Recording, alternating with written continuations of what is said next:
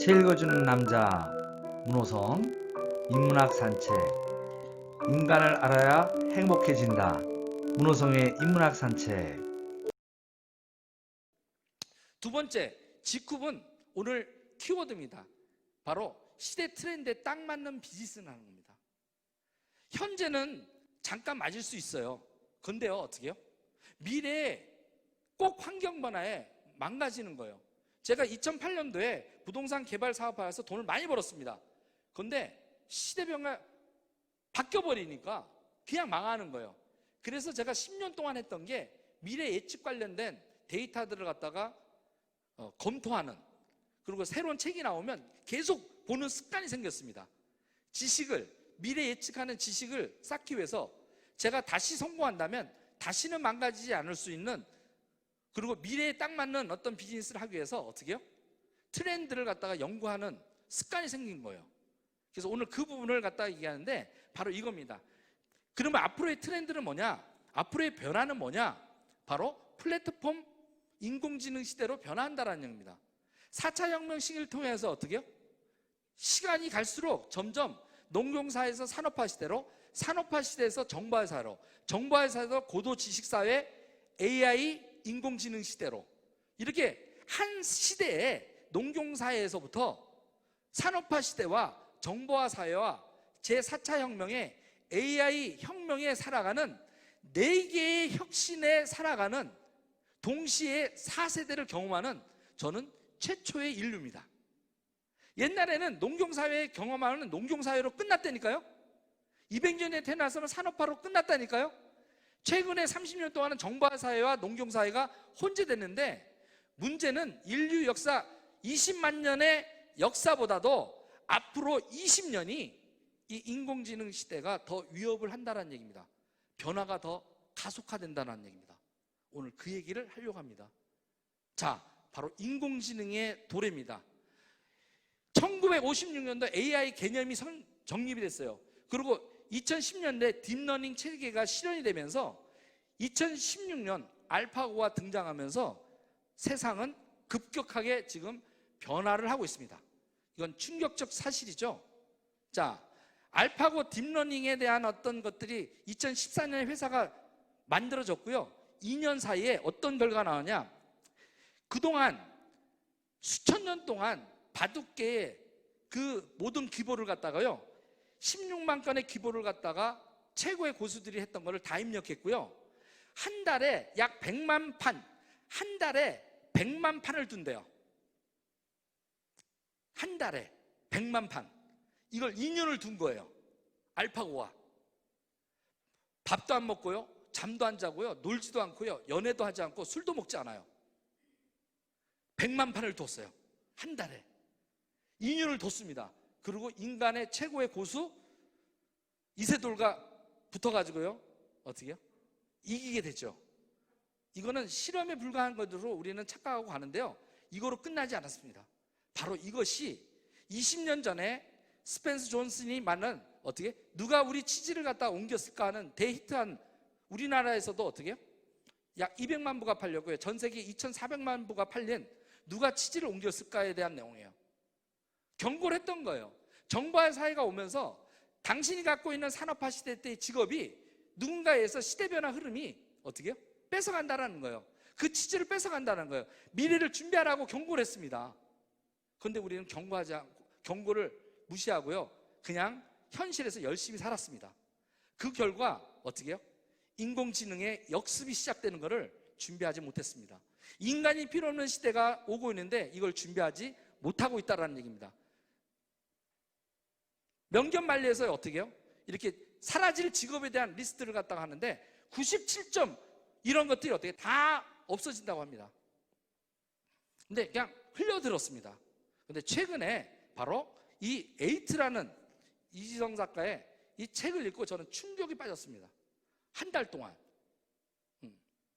여기에서 나오는 것은 우리가 생각했던 인공지능의 이런 어떤 속도보다도요, 더 엄청나게 앞으로 미래 사회를 우리는 변화시키고 있는데, 우리 대한민국은 거의 무방비 상태로 준비를 하고 있지 않다는 얘기입니다.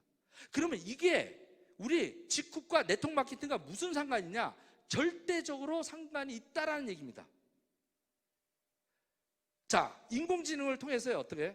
여기서 작가가 얘기하는 거는 인공지능 시대에 대체되지 않는 살아남을 수 있는 방법 8가지, 생존법 8가지를 얘기를 하고 있다는 겁니다.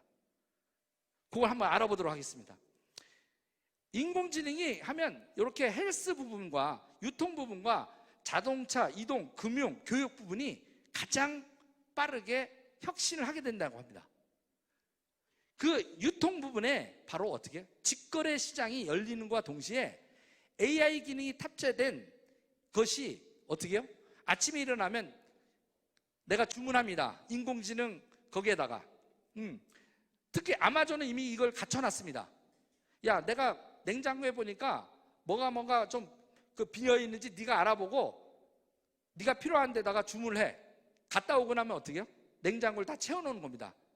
우리 주인님이 원하는 일주일의 식단에 맞춰서 필요한 것들을 다 주문해서 채워놓는 거예요. 누가요? 인공지능 비서가. 이렇게 바뀌면 어떻게 해요? 배달의 민족 하는 사람 다 없어지는 겁니다.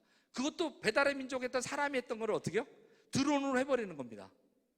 이걸 아마존이 바로 AWS를 띄워가지고 바로 드론으로 직보생하는 그 시스템을 이미 갖춰놨습니다. 자, 여기에 충격적인 것 바로 캔쇼입니다. 금융 쪽인데요. 2014년도에 골드만삭스에서 캔쇼를 입사시킵니다. 그리고 실제로 투자 업무를 갖다가 맡기기 시작해요. 어떤 변화가 일어나냐? 이 캔쇼는요, 먹지도 마시지도 쉬지도 않고 퇴근도 하지 않습니다. 그리고 휴가도 가지 않고요, 오직 일만 해요. 그리고요, 물론 상사에게도 불평하지도 않고요, 내가 행복한지 고민에 빠지지도 않고요, 술도 먹지 않아요. 그리고 사내 권력에도 관심 없고요, 수도등처럼 오직 일만 했습니다. 그리고 1년이 흘렀습니다. 월가의 골드만삭스의 최고 여기에 투자 트레이더가 되려면요, 아이비리그에 거의 수석으로 졸업한 사람들이 가는 곳입니다. 그 전 세계 투자 쪽의 수재 600명을 골드만삭스에서 같이 가고 있었는데 1년이 지나고 나니까 어떤 결과가 나냐? 600명 최고 트레이더가 한 달 동안 연구해서 600명이 해야 될 처리를 약 3시간 20분 만에 끝내는 결과를 맞게 되는 겁니다. 그래서 골드만삭스 회장이 2015년도에 결단하게 됩니다. 598명의 트레이더를 다 자릅니다. 그리고 2명만 남겨요. 그리고 그 2명을 AI 캔쇼의 보조 업무를 보는 사람으로 고용하고 있다는 얘기입니다. 이게 월가의 충격을 갖게 됐고요, 지금 월가가 다 지금 실업자가 속출하고 있습니다. 비싼 사람일수록 대체 가능하기 더 쉽다라는 겁니다. 비싼 사람으로, 잘 나가는 사람, 이 사람들을 대체해버려야 어떻게 해요? 원가가 절감이 된 거예요. 이걸 보고 바로 어떻게 해요? IBK도 바로 캔쇼 4.0을 갖다가 입사시킵니다. 이 시대 변화 흐름을 멈출 수 있을까요? 내가 기껏 대학을 보내가지고 이제 은행에 취직시키면, 그죠? 살아남을 수 있을까요? 앞으로 10년 만에 웬만한 은행은 다 무인 점포화 바뀔 거라고 합니다. 자, 의학계는 어떨까요? 2016년도에 가천대 길병원에 어떻게 해요? 왓슨을 도입시킵니다. 이 왓슨은 2011년도에 인공지능 왓슨은요, 8,500개 의료기관이 축적한 의료 정보를 입력시킵니다. 그리고 120만 편의 이상의 의학 논문과 400만 건 이상의 제약 특허, 1억 명 이상의 환자 정보, 2억 명 이상의 생체 정보, 300억 장의 엑스레이, MRI 이런 파일을 갖다가 다 저장을 시킵니다. 2011년도에. 그리고 어떻게 본격적으로 의사활동을 시작합니다. 근데 또 1년이 지납니다. 어떤 일이 벌어졌을까요? 의사들, 미국에서 최고의 권위 있는 의사들이 암 진단을 하는데 어떻게? 정확도가 88%밖에 수준이 안 돼요. 근데 왓슨 의사는요, 인공지능 의사는요, 췌장암은 94%, 대장암은 98%, 자궁 경부암은 100%입니다. 100%예요. 1%도 오차가 없어요. 자, 그러면 여러분이 지금 검사를 받는다면 인간 의사한테 받겠습니까? 왓슨한테 받겠습니까? 자, 그러면 나머지 의사들은 지금 어떻게 되겠죠? 집에 가야 되는 겁니다. 그런데 의대 못 보내서 지금 난리예요. 의대 못 간다고 애를 그냥 아주 그냥 때려잡아요. 그리고 어떻게 해요? 40년 전에, 아니 일본에서 150년 전에 만들었던 그런 입시 제도를 대한민국은 지금 50년간 지금 쓰고 있어요. 그런데 변하지 않고 있습니다. 그런데 골 때리는 건요, 미국은 이미 어마어마하게 변화하고 있다는 겁니다. 이런 교육 체계를 통해서 하버드 의과대학은요, 강의 제도를 폐지해버렸습니다. 더 이상 강의에서 배울 일이 없다. 이제 인공지능 왓슨하고 싸울 수가 없다. 그래가지고요, 작년에 강의를 다 폐지했어요. 그리고 그 정보를요, 인터넷에 다 올려버린 겁니다. 누구나 와서 배우라 이게. 배우고 싶으면 더 이상 가지고 있는 이 지식은 앞으로 사회에 이 21세기 이 인공지능 시대에는 필요 없다. 오픈해버린 거예요. 하버드 대학이 하니까 어떻게 해요? 다른 듀크 대학 이런 쪽에서 다 따라하는 겁니다. 변화가 엄청나게 되고 있다는 얘기입니다. 자, 그러면 이쪽 분야입니다. 변호사는 어떨까요? 인간 변호사가 300건을 갖다가 처리하는 동안 인공지능 로스는요 60만 건을 처리합니다. 로펌비가 80%가 절감된다는 게 확인됐어요. 그래서 어떻게 해요? 2016년 5월에는 미국의 로펌의 로스라고 하는 인공지능 이것이 첫 출근을 하게 됩니다. 그리고 어떻게 해요? 이제 변호사들도 다 집에 가게 되는 신세가 오고 있다는 얘기입니다. 아, 그거는 미국 얘기야. 근데 우리나라도 2020년 금년부터요 대법원에서 개인회생과 파산 재판에 관한 아주 단순한 거 있죠? 이게 너무나 건수가 많은 거예요. 개인회생과 파산이 너무 많으니까 똑같은 거니까 업무 처리만 하는 거 어떻게? 사람이 하기보다는 인공지능 그냥 변호사가 하고 판사가 하는 겁니다. 이렇게 바뀌고 있습니다. 변호사들도 이제 집에 가야 되는 시대. 인공지능 시대는 이미 어떻게 의사, 약사, 교사들 가장 타격이 크다. 우리가 사자라고 했던 이 기업들이 그 직업들이 어떻게 제일 타깃이에요. 왜? 대체 효과가 높기 때문인 겁니다. 워낙 비싼 부분이기 때문에 대체할 때 어떻게 효과가 오는 거예요. 그런데 1차로 이게 끝나고 나면 문제는 바로 2차 인공지능의 역습이 오는데 일반 사람이 갖고 있는 대체 가능한 노동력을 완벽하게 단순 노동으로 바꿀 수 있는 인공지능이 보편화되는 게 2025년서부터 시작돼서 2035년이면 완료가 된답니다. 그러게 되면 이런 고급 인력뿐만 아니라 우리 보통 평범한 사람들도 어떻게 해요? 직업을 다 잃게 되는 겁니다. 그런데 여기 유일하게 대체되기 가장 어려운 직종, 살아남는 직종이 영업직이에요. 근데 영업직도 방판하는 영업직은 100% 없어집니다. 바로 플랫폼 것만 살아남는다는 얘기죠. 이제는 더 이상 대면 접촉하면서 살아가는 시대가 코로나로 더 앞당겨졌듯이 코로나가 아니었어도 올 그런 시대였는데 어떻게 해요?